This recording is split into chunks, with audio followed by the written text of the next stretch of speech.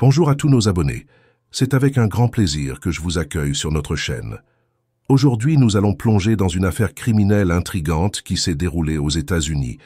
Mais avant de nous immerger dans les détails captivants de cette affaire, je vous invite chaleureusement à vous abonner à notre chaîne et à partager cette vidéo afin de propager notre passion commune pour le true crime. Sans plus tarder, embarquons ensemble dans les méandres de cette sombre affaire. Sherry Guess est née et a grandi à Ventura, en Californie, entourée d'une famille aimante et dévouée. Dès son plus jeune âge, elle a été une source de bonheur pour tous ceux qui l'entouraient. Dotée d'un tempérament amical, d'un esprit positif et d'un charme naturel, Sherry avait ce quelque chose qui attirait les regards et les amitiés, devenant rapidement l'une des filles les plus populaires de son école. Au lycée, elle a attiré l'attention de Michael Daly, sans doute le garçon le plus convoité de l'établissement. Leur relation a débuté comme une amourette d'adolescents, mais très vite, ils ont ressenti l'étincelle de quelque chose de bien plus profond. Ce n'était pas qu'une simple attirance, ils en étaient convaincus, c'était de l'amour. Michael et Sherry ont donc décidé, presque naïvement, que leur destin serait scellé par les liens du mariage dès la fin de leurs études. Cependant, cet engagement sérieux n'a pas été vu d'un très bon œil par les parents de Sherry. Michael, malgré toutes ses qualités, possédait une personnalité vive, extravertie, toujours au centre de l'attention, tandis que Sherry, elle, était plus calme, plus réservée, presque timide en comparaison. Cette opposition de caractère ne plaisait pas à sa famille. Pour eux, la nature effervescente de Michael contrastait un peu trop avec la douceur tranquille de leur fille. Mais malgré ces différences, Sherry et Michael formaient un couple harmonieux, chacun semblant compléter les traits de caractère de l'autre. Dans cette relation, Sherry avait pris confiance en elle, devenant plus ouverte, tandis que Michael, lui, avait trouvé une certaine sérénité, tempérant sa fougue habituelle. La relation entre Sherry et Michael suscitait bon nombre d'interrogations chez les proches de Sherry. Les parents de Sherry continuaient de voir d'un œil méfiant ce garçon à l'énergie débordante, mais leur fille tenait fermement à lui donner une chance. Elle a insisté pour poursuivre cette relation, déterminée à construire quelque chose de solide. Et ses parents, avec quelques réserves, ont fini par céder. Rapidement, les familles des deux adolescents ont eu l'occasion de se rencontrer. Et Michael, malgré son caractère vif et espiègle, a réussi à se faire accepter. En effet, Michael a séduit non seulement Sherry, mais aussi ses parents. Son charme naturel, ses attentions envers leur fille et son attitude respectueuse ont fini par convaincre les parents de Sherry que leur choix n'était peut-être pas si insensé. Aux yeux de sa famille, Michael semblait sensé et fiable, le genre de garçon qui savait comment soigner son image. Il la comblait d'attention, ne manquait jamais une occasion de lui offrir des fleurs ou de petits gestes tendres. Après avoir terminé le lycée, Sherry et Michael se sont installés ensemble, entamant une nouvelle étape de leur vie. Ils ont tous les deux trouvé du travail dans une épicerie locale, un début modeste, mais qui leur permettait de poser les bases de leur avenir. Pour Sherry, cependant, ce n'était qu'un passage, un tremplin. Elle nourrissait un rêve bien plus grand, économiser de l'argent pour ouvrir une garderie à domicile. Avec sa douceur naturelle et sa bienveillance, elle s'entendait à merveille avec les enfants et était toujours la première à veiller sur les petits de ses voisins. À leurs yeux, Sherry était l'éducatrice idéale, et il allait de soi qu'elle rêvait d'avoir ses propres enfants un jour. En 1982, Sherry et Michael se sont finalement dit oui, scellant ainsi leur amour de jeunesse. Sherry avait 21 ans et, seulement 3 ans plus tard, elle était déjà la mère de 2 garçons, nés à 1 an d'intervalle. Elle a adopté avec naturel et bienveillance le rôle de mère, organisant son quotidien autour des trajets pour emmener les enfants à l'école, à la garderie et à leurs différentes activités. Sherry ne se contentait pas de s'occuper de ses propres fils.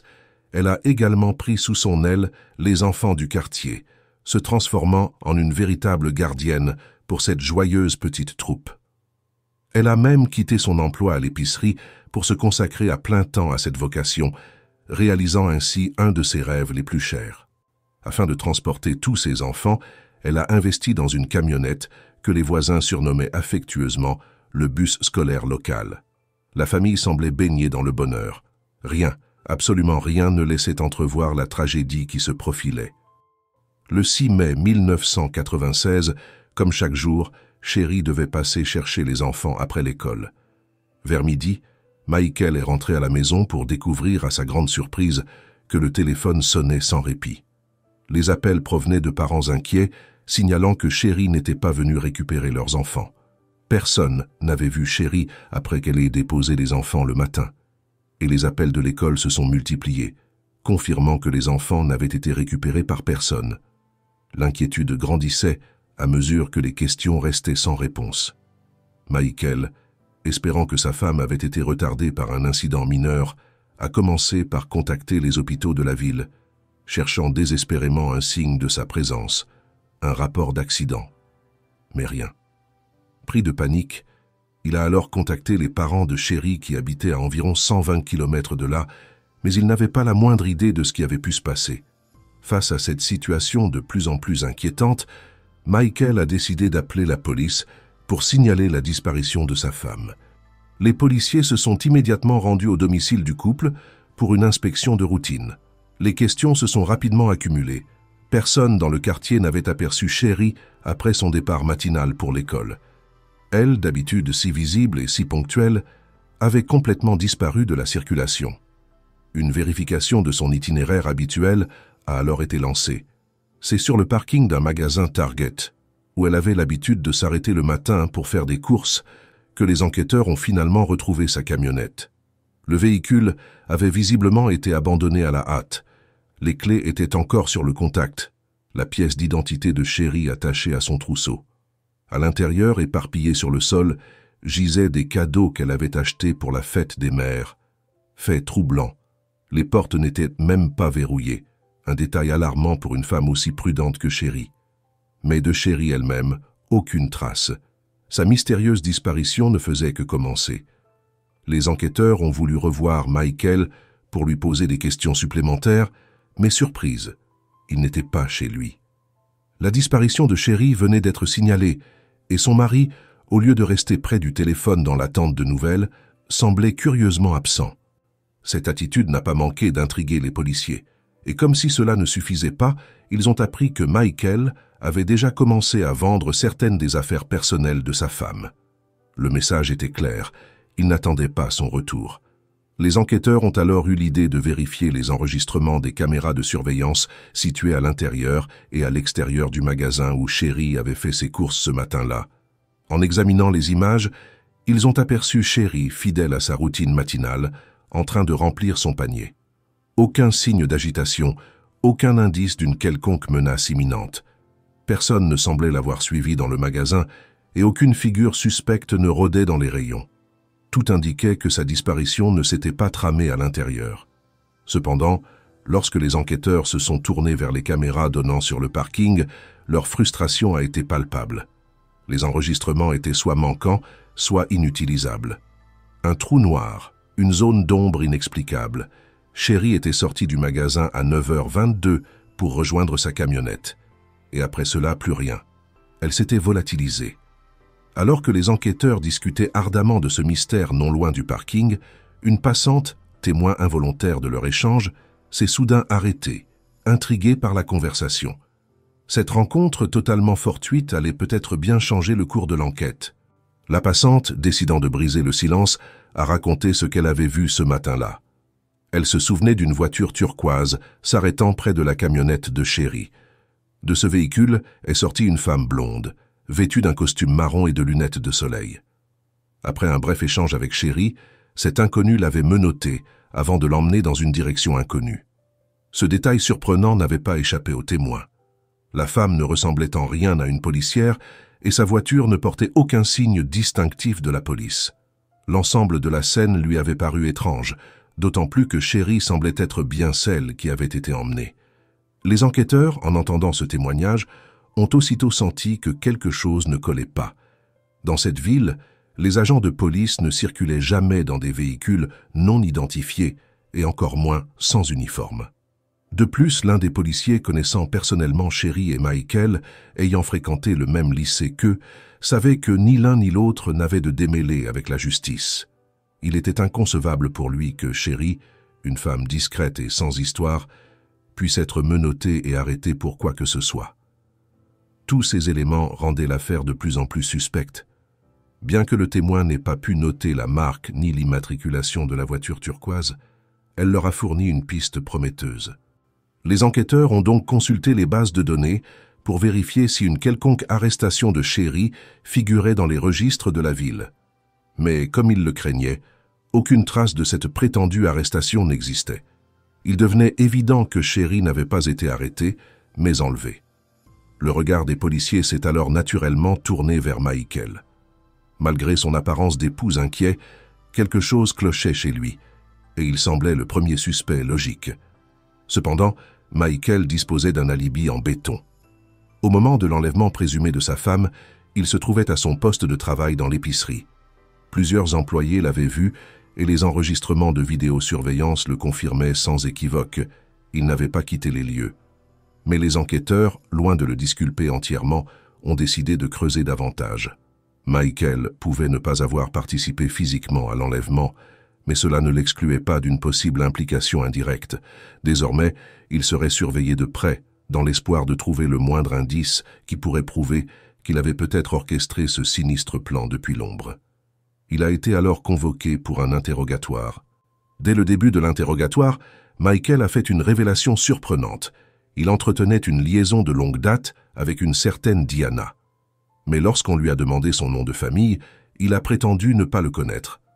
Un détail pour le moins curieux, non? Comment un homme pouvait-il ignorer le nom de sa maîtresse, avec qui il semblait pourtant très lié? Michael a également affirmé ne pas connaître l'adresse de Diana, mais les enquêteurs ont tout de même réussi à obtenir son numéro de téléphone fixe. Une information précieuse, surtout en cette époque où les téléphones portables n'étaient pas monnaie courante.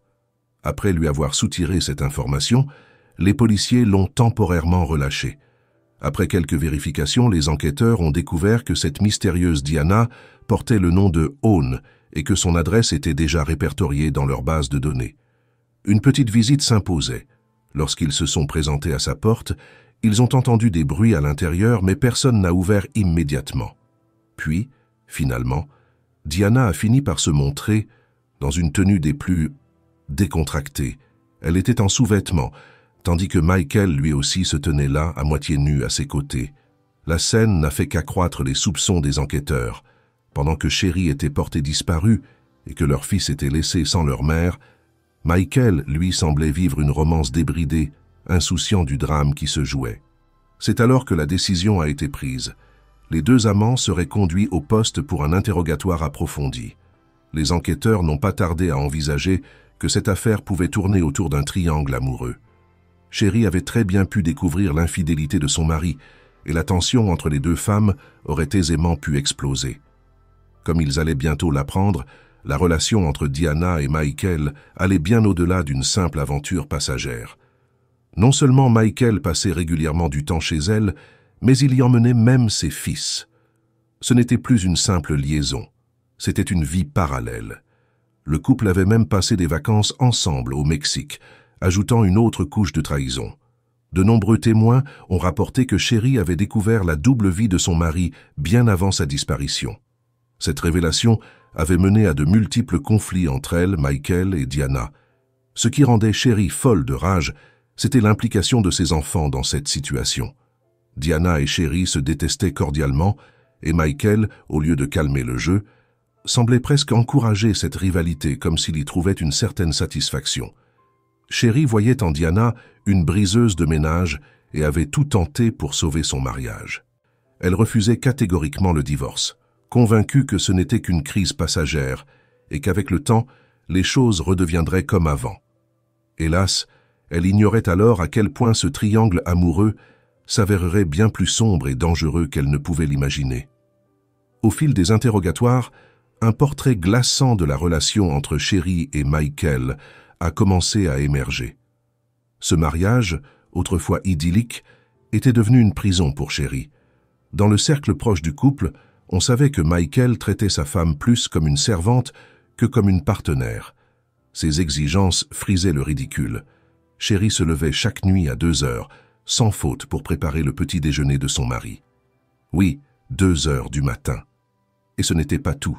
Elle chauffait même la douche pour que, dès son réveil, Michael puisse profiter d'une salle de bain agréablement tiède, comme il l'aimait. Chaque détail de sa routine matinale était orchestré avec une précision servile. Chérie, d'une dévotion presque aveugle, satisfaisait les moindres caprices de son mari, mais lui, jamais satisfait, trouvait toujours un reproche à lui faire. Le dévouement de Chérie ne s'arrêtait pas là. Après la naissance de leurs enfants, Michael avait exprimé un mécontentement évident quant à l'apparence de sa femme. Chérie, sensible à ses critiques, s'était lancée dans une quête incessante pour retrouver une silhouette parfaite. Elle avait suivi des régimes draconiens, s'était épuisée dans des séances de sport, expérimentant sans cesse de nouvelles coiffures, de nouveaux maquillages, et choisissant ses vêtements pour plaire aux goûts exigeants de son mari. Elle avait transformé chaque aspect de sa vie pour satisfaire les désirs de cet homme insatiable. Mais cela ne suffisait jamais. Michael, insensible et cruel, la rabaissait sans cesse, trouvant toujours un défaut, une erreur, une raison pour la critiquer.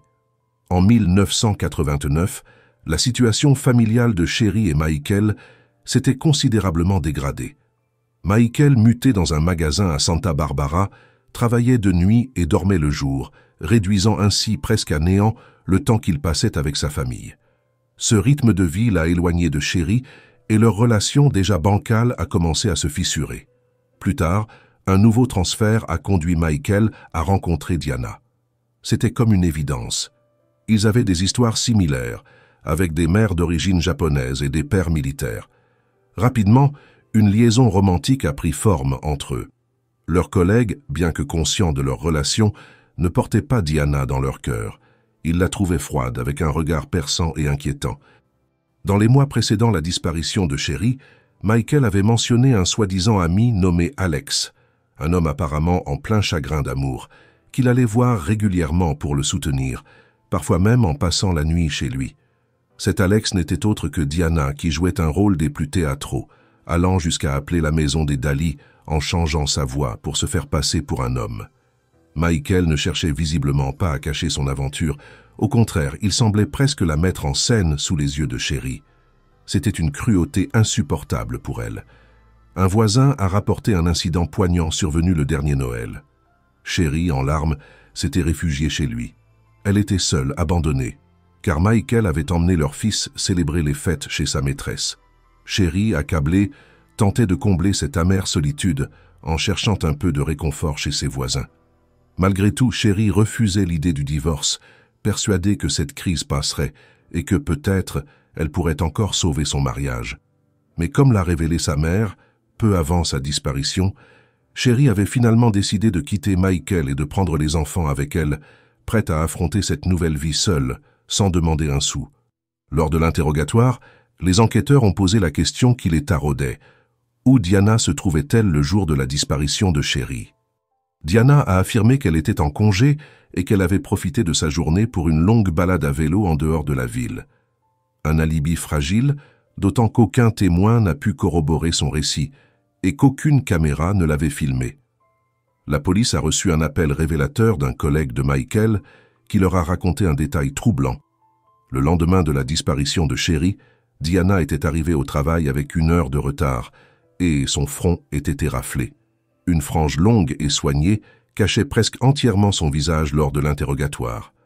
Lorsque les enquêteurs ont demandé à voir ses blessures, ils ont découvert des égratignures suspectes, ressemblant davantage à des griffures qu'à des traces de chute. Diana, imperturbable, a maintenu que ces blessures étaient dues à une chute de vélo. Mais cette explication ne tenait pas. Ses paumes, coudes et genoux, les endroits les plus susceptibles d'être éraflés en cas de chute, étaient intacts. Quant à Michael, son attitude restait un mystère. Il n'avait participé à aucune recherche pour retrouver sa femme, se justifiant en prétextant son besoin de s'occuper des enfants. Pourtant, il n'hésitait jamais à trouver du temps pour rejoindre sa maîtresse. Ce double jeu ne passait plus inaperçu et les enquêteurs le surveillaient de près, pressentant qu'il pourrait bien être l'instigateur de tout ce drame. Il ne manquait plus qu'une preuve solide pour accuser le couple. La police gardait en mémoire le témoignage de cette femme qui avait vu une voiture turquoise sur le parking, mais sans le numéro d'immatriculation, chaque minute d'enquête restait cruciale. Les enquêteurs ont rapidement conclu qu'aucun criminel ne prendrait le risque d'utiliser sa propre voiture pour un enlèvement. La logique voulait que la voiture turquoise aperçue sur le parking ait été louée pour l'occasion. Ils se sont donc tournés vers les agences de location de la région. Et en effet, une Nissan Altima turquoise avait été louée le jour de la disparition de Chéri. Cependant, lorsque les policiers ont voulu inspecter le véhicule, celui-ci avait déjà été envoyé pour un nettoyage approfondi, bien plus que le nettoyage habituel des voitures de location. Les employés de l'agence ont rapporté que l'intérieur de la voiture était en désordre total. Les sièges arrière étaient tachés et le rétroviseur intérieur arraché. Après une inspection minutieuse, les enquêteurs ont découvert que sous les tapis et dans le coffre subsistaient des traces importantes de ce qui ressemblait à du sang séché. Ils ont alors procédé à des analyses et confirmé que ce sang appartenait bien à Chéri. Le mystère de la voiture turquoise s'est alors résolu. Diana elle-même avait loué le véhicule. Confrontée à cette découverte, Diana continuait à nier toute implication, s'accrochant à son histoire de promenade en vélo ce jour-là. Mais les indices accumulés s'ajoutaient les uns aux autres. Chez elle, les enquêteurs ont découvert un sac à main renfermant une photo de famille étrange où Diana apparaissait aux côtés de Chéri et de Michael dans un studio, comme si elle faisait officiellement partie du clan. Comme si cela ne suffisait pas, une note griffonnée dans le sac portait le nom de Chéri et son numéro de compte bancaire. Les enquêteurs ont également appris que Diana, adepte de sorcellerie, avait dit à un collègue qu'elle comptait offrir un sacrifice pour l'anniversaire de Michael, prévu peu après la disparition de Chéri. Cette information glaçante faisait froid dans le dos.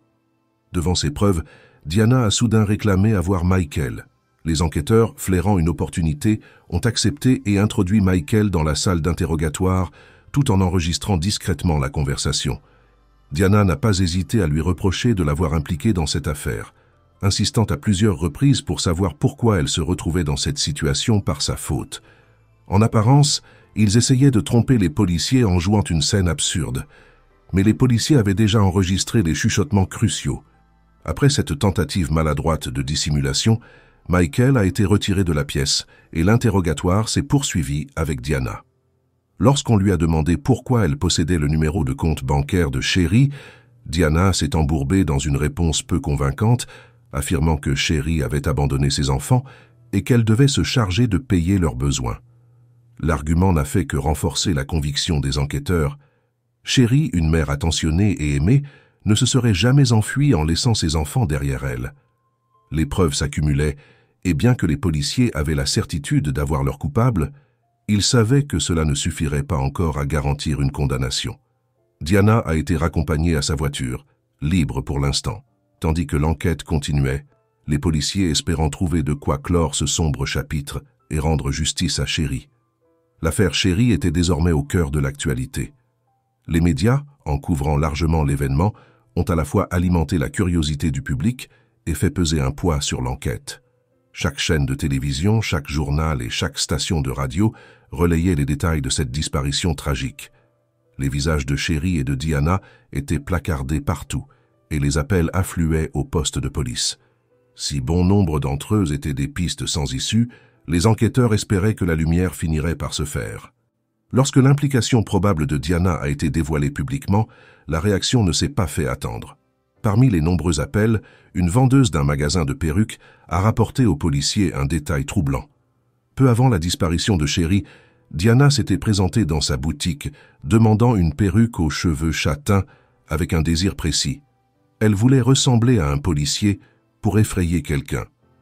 Comme preuve irréfutable de cette visite, la vendeuse a précisé que Diana avait réglé cet achat par chèque au nom de Chéri et l'avait signé avec une encre verte particulière. Un deuxième témoignage est venu corroborer cette histoire. Un autre commerçant, cette fois propriétaire d'une boutique de gadgets et d'équipements, a raconté que Diana avait également acheté des menottes et un badge de policier peu de temps avant l'incident. Là encore, elle avait réglé l'achat par chèque. Puis un troisième appel, encore plus troublant, est parvenu aux enquêteurs. Un employé d'un magasin de matériaux de construction s'est souvenu d'une cliente excentrique, au maquillage excessif, qui s'était démarquée parmi les clients habituels. Il a confirmé qu'environ 4 semaines avant l'enlèvement de Chéri, cette femme qu'il a identifiée comme étant Diana avait acheté une hache. Elle avait payé par chèque, une fois de plus, marquant ainsi une série d'achats suspects, tous documentés. Ces témoignages, cumulés, peignaient un tableau accablant et presque grotesque de la préparation minutieuse de Diana pour commettre ce crime. Son choix de payer par chèque pour chaque objet incriminant n'avait fait que solidifier le lien entre elle et le meurtre probable de Sherry. Les enquêteurs, armés de preuves matérielles, ont trouvé une hache dans la maison de Diana, mais à leur grande surprise, aucune trace de sang n'y a été détectée. Elle n'avait visiblement pas été utilisée pour le meurtre, ni pour dissimuler des indices. En revanche, la liste des objets récemment achetés par Diana, dans une préparation méticuleuse, dressait un tableau inquiétant.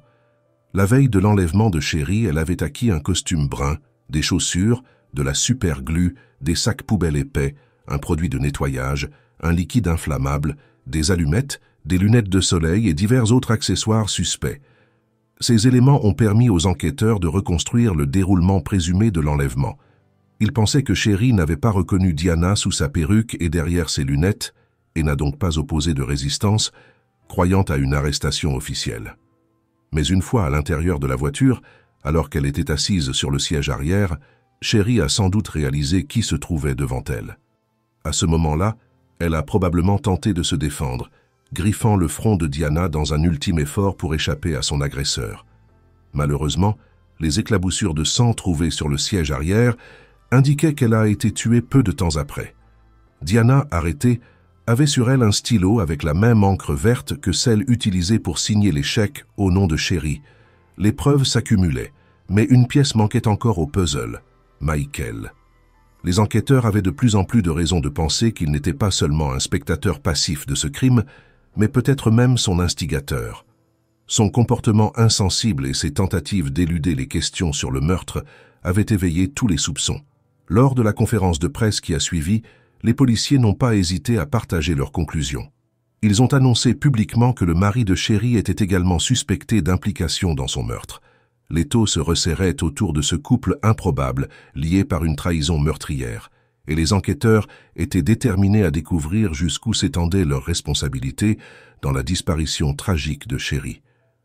Après la conférence de presse, les révélations au sujet de Michael ont afflué. Le département de police a été inondé d'appels de vendeurs de substances interdites et de travailleuses du sexe qui décrivaient un homme à la double vie sordide.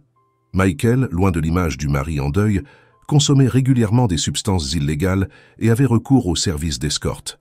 L'une d'elles a même déclaré l'avoir vu le jour de la disparition de Sherry. Il l'avait emmenée en dehors de la ville, où ils avaient eu des relations sexuelles dans sa voiture tout près de l'endroit où le corps de Sherry serait plus tard retrouvé. Alertée par ce témoignage, la police a lancé une fouille minutieuse. Le 1er juin 1996, près de Largo Road, à la frontière avec le Canada, ils ont découvert des indices cruciaux, des chaussures de femme et des lunettes de soleil, celles-là même que Diana avait achetées pour l'arrestation de Sherry.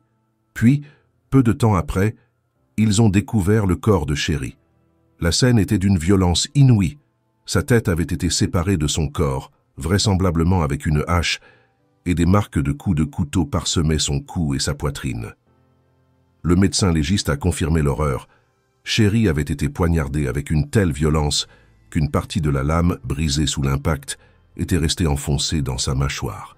L'autopsie a révélé des détails glaçants. Les coups étaient concentrés sur le visage de Sherry, signe d'une haine personnelle. Tout pointait vers Diana, dont la fureur semblait s'être déchaînée dans une explosion de violence. Après cet acte de barbarie, le corps de Sherry avait été abandonné hors de la ville comme un vulgaire déchet. Mais le cynisme de Michael ajoutait une couche de mépris insoutenable. Pendant que le corps de sa femme gisait tout près, Michael s'amusait en compagnie d'une escorte, impassible, comme s'il se délectait de la fin de celle qu'il avait autrefois juré d'aimer. Il ne faisait plus aucun doute pour les enquêteurs que Michael était impliqué jusqu'au cou dans ce crime atroce. Finalement, les enquêteurs ont estimé que les preuves contre Michael étaient accablantes. Il a été arrêté, tandis que les analyses confirmaient que c'était bien Diana qui avait attiré Sherry dans la voiture et l'avait tuée. Des cheveux de sa perruque retrouvés sur le corps de Sherry et le sang de la victime sur elle ne laissaient aucun doute sur son implication directe. Le procès contre Diana a eu lieu en premier, et elle a été inculpée d'enlèvement et de meurtre avec une cruauté particulière. L'avocat de Diana, sans grande ferveur, a tenté de plaider pour une peine moins sévère, argumentant que le meurtre aurait pu être accidentel. Mais cette tentative de défense semblait encore plus absurde que le drame déjà rocambolesque de ce triangle amoureux. Les preuves de la préméditation et de la planification méthodique de l'attaque étaient irréfutables. Le jury, après une courte délibération, a déclaré Diana coupable. À 35 ans, elle a été condamnée à la réclusion à perpétuité sans possibilité de libération conditionnelle. Lors de l'audience, Diana a témoigné contre Michael, affirmant que c'était lui qui avait orchestré le plan macabre pour se débarrasser de sa femme, la convainquant même de passer à l'acte. Mais ce n'était pas tout. Juste avant le procès, une nouvelle témoin s'est manifestée. Une autre amante de Michael, qui a révélé que, peu avant le meurtre, Michael lui avait également demandé de tuer Sherry, et pas de n'importe quelle manière. Il lui avait spécifiquement demandé de la faire souffrir, de la torturer, qu'elle ressente la douleur jusqu'au dernier instant. Horrifiée, cette femme avait pensé qu'il ne parlait pas sérieusement et avait rompu toute relation avec lui. Mais en apprenant la tragédie, elle a finalement décidé de se tourner vers la police. Diana n'était qu'une autre victime de la manipulation de Michael. Il avait entretenu une rivalité entre les deux femmes, jouant de leurs émotions pour ses propres intérêts. Selon l'accusation, son mobile principal pour éliminer Sherry était de se débarrasser des complications d'un divorce long et d'une bataille pour la garde des enfants, sans oublier les 50 000 $ d'assurance vie qu'il avait touchés après sa mort. Au cours de son procès, Michael n'a guère été mieux défendu que sa complice. Son avocat a essentiellement plaidé qu'il n'était qu'une victime des circonstances et du refus de Sherry de divorcer. Mais le jury n'a pas été dupe. Michael a été reconnu coupable d'incitation au meurtre et de complicité. Comme Diana, il a été condamné à la réclusion à perpétuité sans possibilité de libération conditionnelle. Après la tragédie, les enfants de Sherry ont été confiés à leurs grands-parents maternels. Mais même aujourd'hui, son fils aîné refuse de croire à la culpabilité de son père, persuadé qu'il est en prison par erreur, convaincu que Diana est l'unique responsable. Voilà, chers amis, merci d'avoir suivi cette histoire jusqu'au bout. Partageons nos pensées et opinions dans les commentaires et à très bientôt pour une nouvelle histoire.